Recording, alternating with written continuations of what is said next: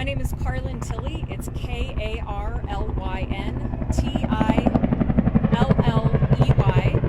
Oh, wait a sec. Public Information Officer for the Jefferson County Sheriff's Office. I'm going to give you a bit of an update, and then I'm going to introduce my colleague from the county as well to give you a little bit more information.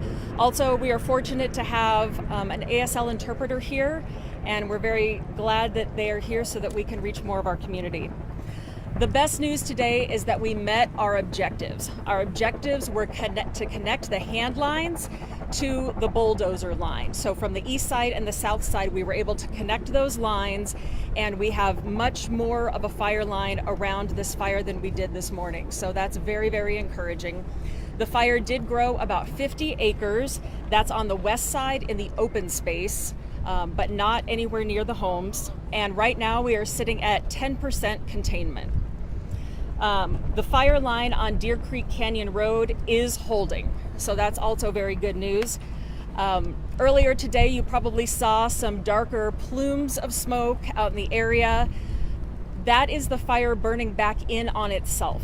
So nothing has left the area that you already know, that we all know is already on fire.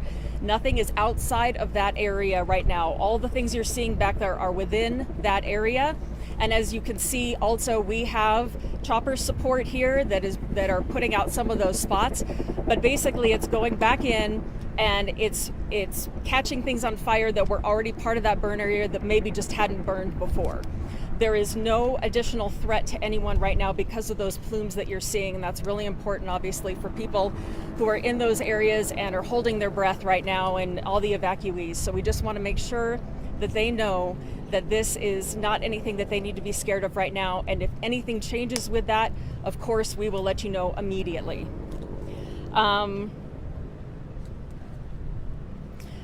No structures at this point have been compromised at all. And we tell you that specifically because we want to make sure. A lot of people have asked if they can fly their drones over their properties, specifically evacuees or just people, if they can go over the burn area or over their homes. Please do not.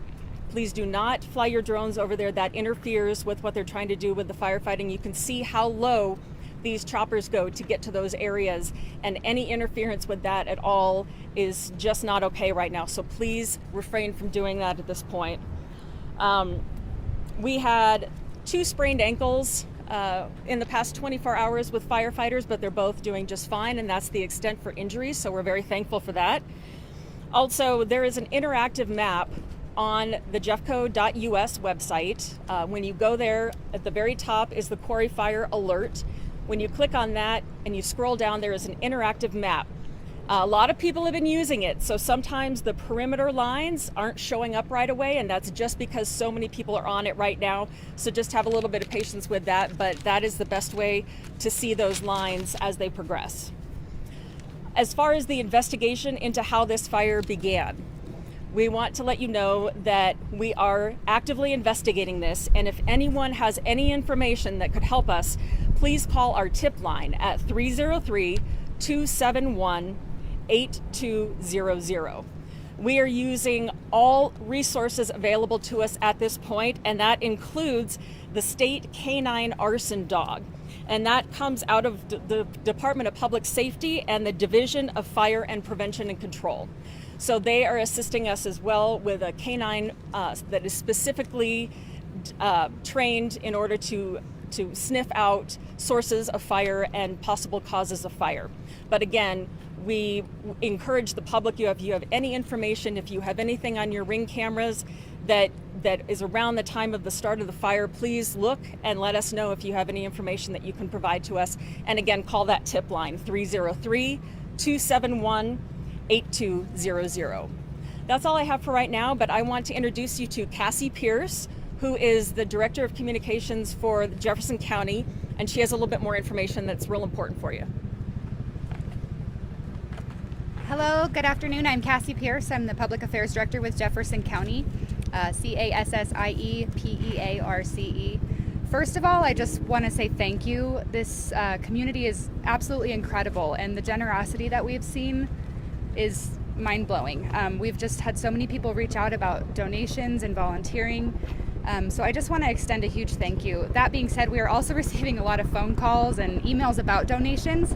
The best way to help is to please fill out a form on our website if you have a donation that you'd like to offer up. That will really, really help us to streamline that process and make sure that those offers are getting into the right hands. The second bit of information that I want to share with you is for the folks who have been evacuated. So if you have been evacuated, please check in at the evacuation site. Even if you are not staying there, that is the best place for you to go to get detailed information on your next steps. So especially over the weekend, there's going to be some critical information. We're working on a plan so that we can get folks into their home when it is safe. Again, we're not talking about a timeline for that right now, but we want to make sure that folks are prepared and they have what they need so that when the time comes, they can get back to their home safely and quickly. I believe those are the only updates that I have for you. Thank you. So again, today was very encouraging. Yesterday we were cautiously optimistic, and today we're even more optimistic that we're making really good progress with this fire. And the temperatures tomorrow, it's blazing hot out here today as it has been, but tomorrow it's supposed to cool a little bit. 89 is supposed to be the high tomorrow, so that's encouraging as well. And are there any questions that anyone has? I have a question about wind. We saw a little bit more wind today. Are you guys worried that it's moving any specific direction, and are you putting more resources in that area? We are always worried as to which direction the wind moves. Fortunately today, when those wind gusts were happening, they were blowing it back on itself, which is a huge advantage for us, and it doesn't make it worse.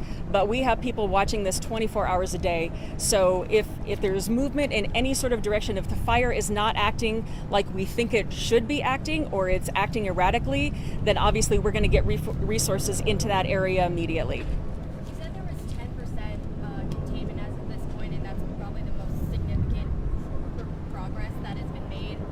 Do you know what efforts were involved into actually making that 10% progress when it has been zero for this long? Yes, it's the hand digging, the firefighters in there breaking their backs to dig these hand lines very aggressively. The hotshot teams on top of our local firefighters that have gone in there and done everything they can to aggressively attack the ground, make decent space in there to make sure the fire can't jump over. And then additionally, we have the air support, as you can see behind me, and the bulldozer lines also are huge for anywhere we can make those happen. So it's the combination of all those things that have allowed us to get a little bit of containment. So firefighters are digging these holes like with their bare hands and shovels? Not with their bare hands, but they have tools. But yes, they are using the tools, but it's rocky terrain. It's very difficult terrain. It is just very, very hard, and it's on steep areas. And so it's just a very difficult thing, and it takes longer than it would in most fires. But they are doing an amazing job, and they're amazing, really amazing. For the people who've evacuated, they're supposed to check in tomorrow at Dakota Ridge High School. A lot of them have, gone elsewhere, gone far to stay with family and friends. What if they can't make it the next 2 days to get that re-entry verification that they'll need to get back in whenever that time comes? So on a case-by-case basis, we're going to deal with each and every one of those to make sure everybody gets what they need. We want the majority of people, anybody who can possibly get to that area. It's just going to make it so much faster and quicker for all of us if they can get there in those 2 days between 10 and 3. But if they can't, on a case-by-case basis, we will make sure that people get what they need. And if they don't have that verification of address, is that like a lot of them just left really quickly, right, when they have to get out? What if they don't? Is that like a license? Is that like a verification? Obviously, a license would be the best. It can be a utility bill. It can be a variety of things. Anything that you think could prove that you live there. If it's in an email somewhere, if there's a way for you to show. We were going to work with people. We understand that the people had to evacuate very quickly.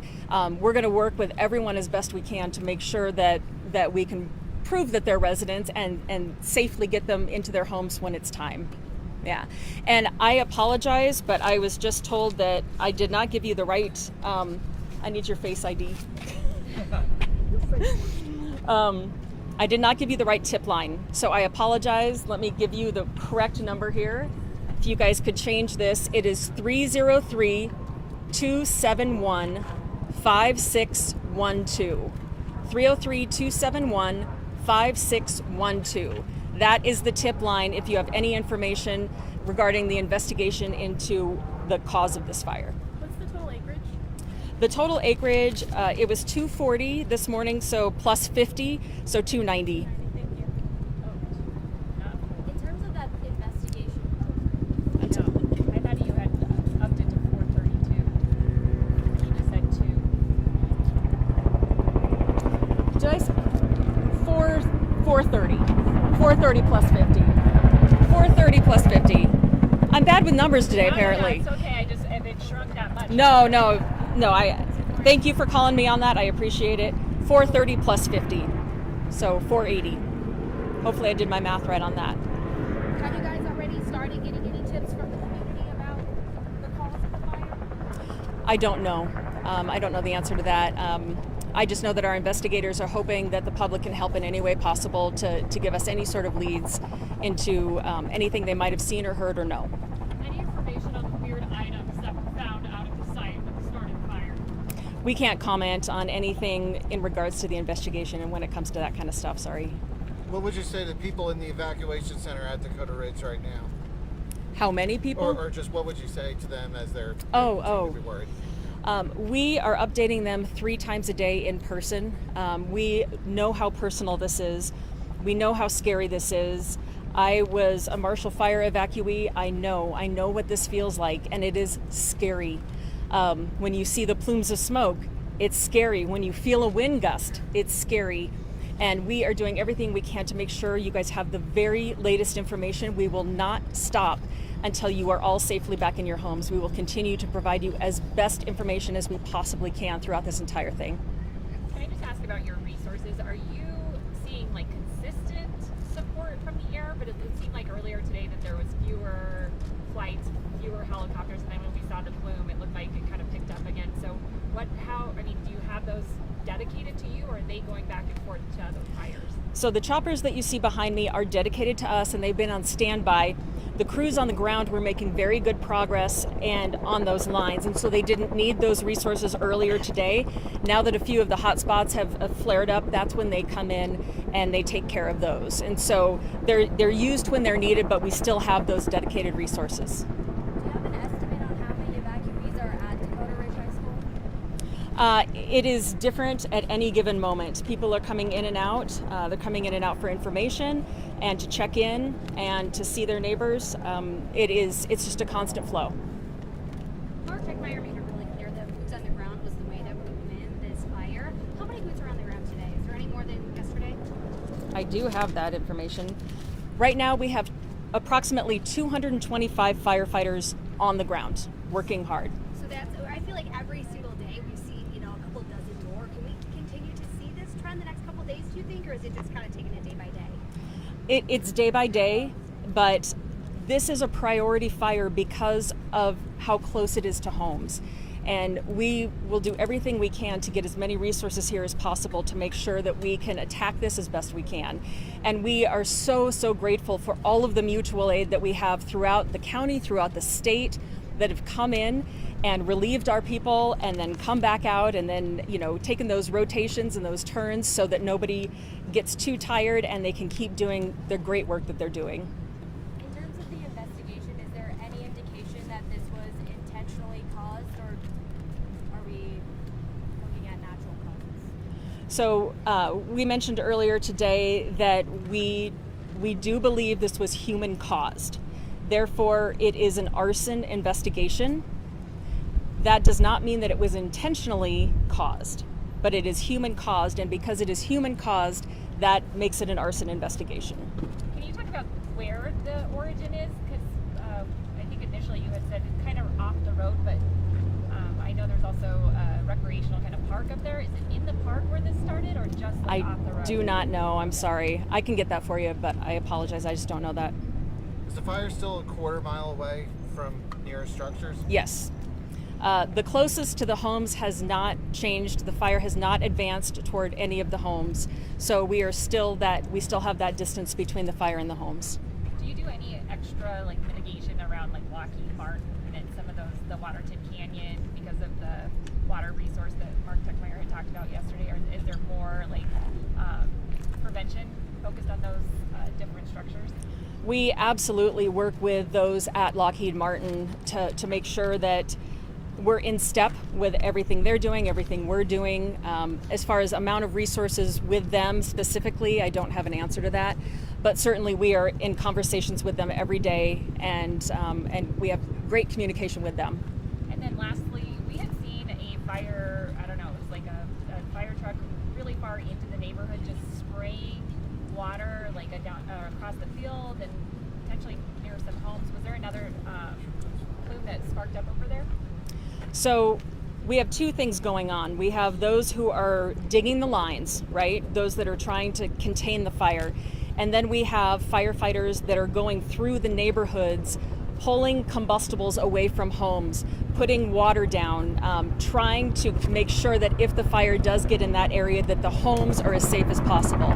So they are going through and doing everything they can to mitigate anything that might come up should that fire come into the residence area.